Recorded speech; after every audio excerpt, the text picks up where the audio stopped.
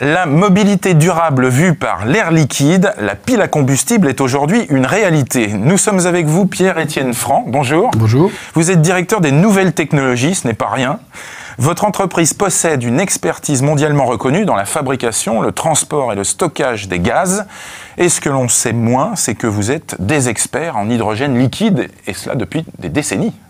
Alors effectivement, l'aventure de l'hydrogène à l'air liquide a commencé pour le spatial. On a commencé par développer à la fois de l'hydrogène liquide et les systèmes de conditionnement de cet hydrogène pour permettre à la fusée Ariane de décoller avec une propulsion liquide oxygène et liquide hydrogène. Alors vous avez, et c'est cela qui fait votre actualité, lancé des prototypes roulants d'automobiles équipés de piles à combustible. C'était il y a quelques mois. Vous avez d'ailleurs fait du bruit dans le landerneau des médias. Expliquez-nous. Alors, l'air liquide n'est pas un constructeur automobile, loin de là. Mais un constructeur de cœur. Par contre, nous développons deux choses. Nous développons d'abord, de manière très modeste, une technologie de pile à combustible pour alimenter des applications précoces de type alimentation de sites isolés de relais télécom, ou alors alimentation en backup de centrales électriques qui gèrent un réseau de données, par exemple. Et par ailleurs, nous faisons des stations-service qui permettent de distribuer l'hydrogène sous pression pour des constructeurs automobiles qui ont développé des modèles à piles à combustible. Alors, notre rôle n'est pas de fabriquer nous-mêmes les piles à combustible qu'on met dans les voitures, parce que ça, c'est un métier qui est le cœur de technologie des grands constructeurs mondiaux. Mais d'être fournisseur. Mais de fournir, d'approvisionner l'hydrogène et évidemment de mettre à disposition des stations-service pour permettre au consommateur de re-remplir son réservoir d'hydrogène pour alimenter sa pile à combustible. Alors aujourd'hui, l'Allemagne, on en a beaucoup parlé, pariait et parie encore d'ailleurs sur l'hydrogène, sur la pile à combustible. En France, ce n'est pas tout à fait le débat. On est dans la voiture électrique, point à la ligne. Aujourd'hui, la France n'est pas en retard. Si elle ne bouge pas maintenant, elle sera en retard demain. Ouais. Demain, à quelle perspective? Demain, c'est 2015-2017, pour une première étape un peu significative de pré-série industrielle. En fait, il était plus facile, dans un premier temps, de lancer les véhicules à batterie, parce que ça sensibilise les gens à la voiture électrique. Et dans un premier temps, la problématique d'infrastructure n'est pas là. Vous pouvez recharger votre voiture, c'est long, mais vous pouvez recharger votre voiture dans votre garage. Une voiture à pile à combustible, il faut déployer l'infrastructure. Donc certes, il y a 200 stations-service qui existent, mais enfin, ça ne permet pas de mailler l'ensemble du territoire de la planète.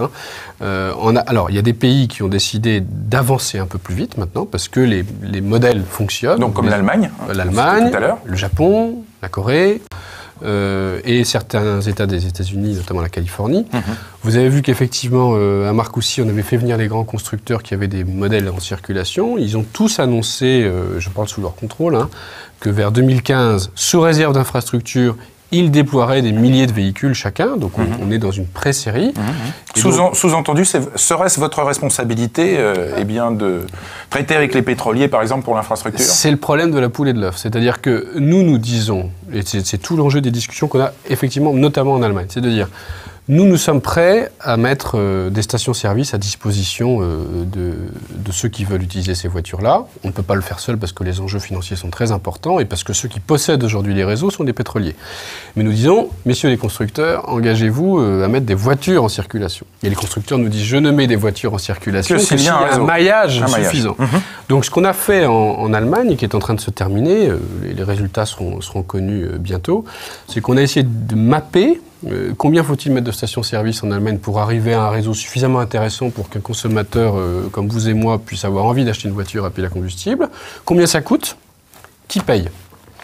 Et on est dans un équilibre qui nécessairement est un partage de risques entre les fabricants de technologie que nous sommes, les fournisseurs d'hydrogène que nous sommes, les pétroliers, bien sûr, les constructeurs bien sûr, et les pouvoirs publics. Parce que vous êtes dans une substitution d'infrastructure, vous n'êtes pas en train de créer quelque chose de neuf. Donc le consommateur final, il ne va pas accepter de payer sa voiture 20 000 € de plus juste pour le plaisir de rouler propre. Donc il faut que quelqu'un paye ce delta pour accompagner le lancement du marché. Quelle est la perception des pétroliers, très précisément, aujourd'hui? Je ne vais pas parler à la place des pétroliers, mais ce que je peux vous dire... Ce que vous en ressentez. Ce que je peux vous dire, c'est qu'ils sont dans ces consortiums, qu'ils font partie des débats,